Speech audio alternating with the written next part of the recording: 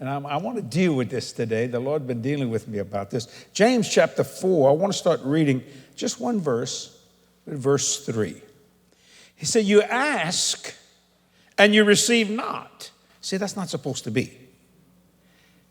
That should never happen. You ask and you receive not because, and he gives you the answer, you ask amiss, that you may consume it upon your lust. So there's such a thing as bad prayers.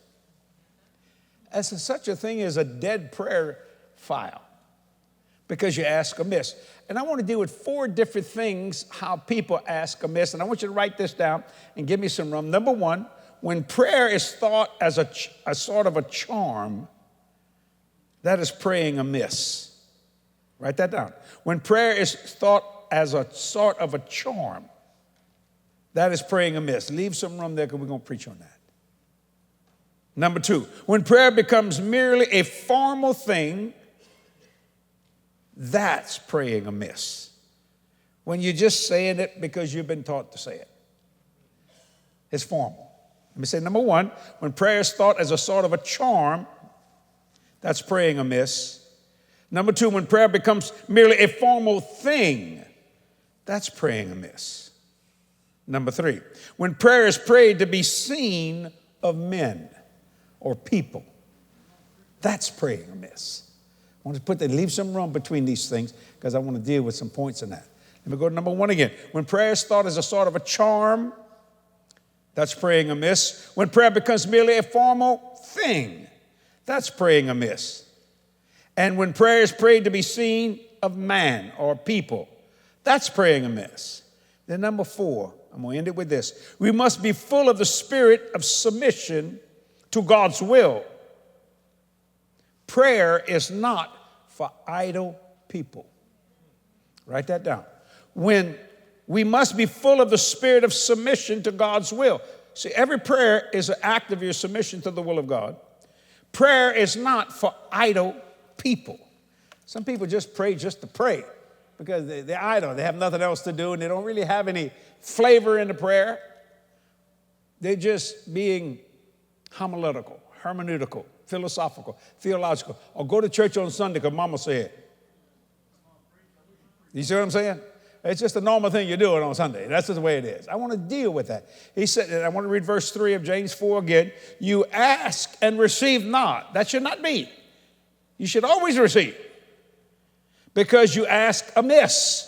And why? That you may consume it upon your lust. So number 1, when prayer is thought as a sort of a charm, that's praying amiss. You see, vain repetitions may sound good, or vain repetitions, they sound good, but they're no good because there's no meaning in it. It's like memorizing something instead of learning something.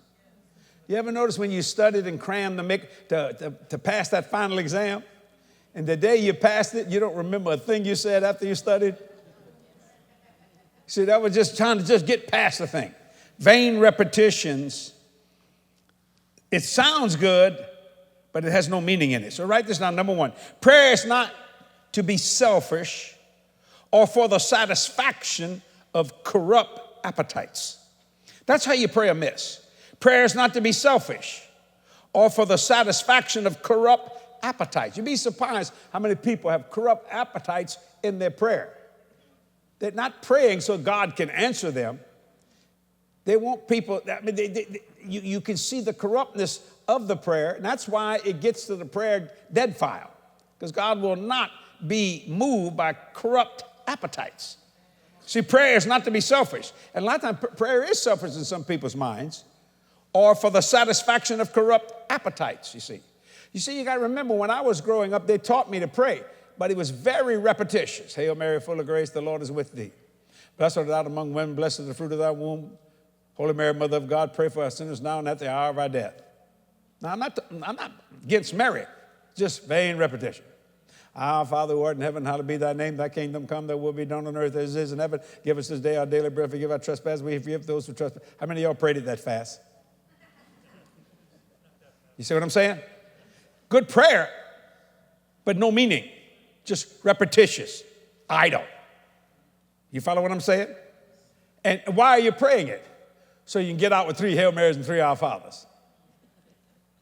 How many have been Catholic at least once? Okay, you know what I'm talking about? Yeah. How about the Protestant way? Oh, Jesus, help me, Lord. Help me. Oh, let's go send some more. Soon as you finish praying, come up, cry like a crazy, walk out the church before you know it, you're all kinds of sin again. Prayer is not to be selfish. See, that's selfish prayer. Or for the satisfaction of corrupt appetites.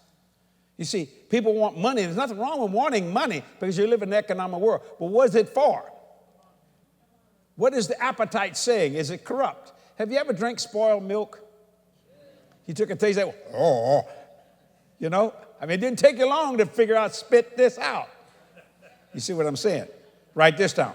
To pray insincerely is a lack of faith, earnestness, or surrendering our being to God. See, that's praying amiss. To pray insincerely is a lack of faith or earnestness or surrendering our being to God. See, when you pray, you must be in total submission and surrender to who God is because you're coming before a holy God. And what did he say? Be ye holy, for I am holy. He said, you asked and you received. Now, maybe that's the reason why. Because you asked amiss. Why? Consuming it on your own lust. Let me start over again. When prayer is thought to be a sort of a charm, you try to charm God.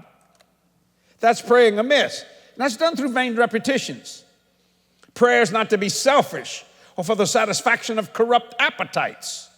You know, God don't mind you having a new car. You can have a new house. There's none of those kinds of, but what's it for? To show off or to fulfill your dream? To say, look what the Lord has done in my life. Can you believe this? Or I'll tell you one thing. You could become like me. I don't know if you'll get there. Don't shout me down. See, prayer is not to be selfish or for the satisfaction of corrupt appetites. To pray insincerely is a lack of faith, earnestness, or surrendering our being to God. That's why you ask God to forgive you, and 10 minutes later, you're committing the same sin again because it was an insincere prayer. It had no faith in it. There was no earnestness in it. And before you know it, you're doing exactly the same thing because there's no submission to the prayer. Do you see that? And that's why I want to answer that question because many people say, I prayed, but it didn't happen. How did you pray? What did you pray? Why did you pray? So you got to know these things so you can understand how God functions and operates. It's not the service of the lips. It is the transformed of the mind or the transformation of the mind, which God regards. It's not the service of the lips. It is the transformation of the mind. Be not conformed to this world, but you're transformed by the renewing of your mind. You see? So it's not the service of the lips. It is the transformation of the mind, which God regards. Now, what God regards a transformed mind. Do you see that? See, when you pray like that, then you won't pray amiss. Very few prayers I've ever prayed that was not answered. This media is copyrighted by Jesse Duplantis Ministries for the private use of our audience. Any other use of this media or of any pictures or accounts without Jesse Duplantis Ministries' consent is strictly prohibited.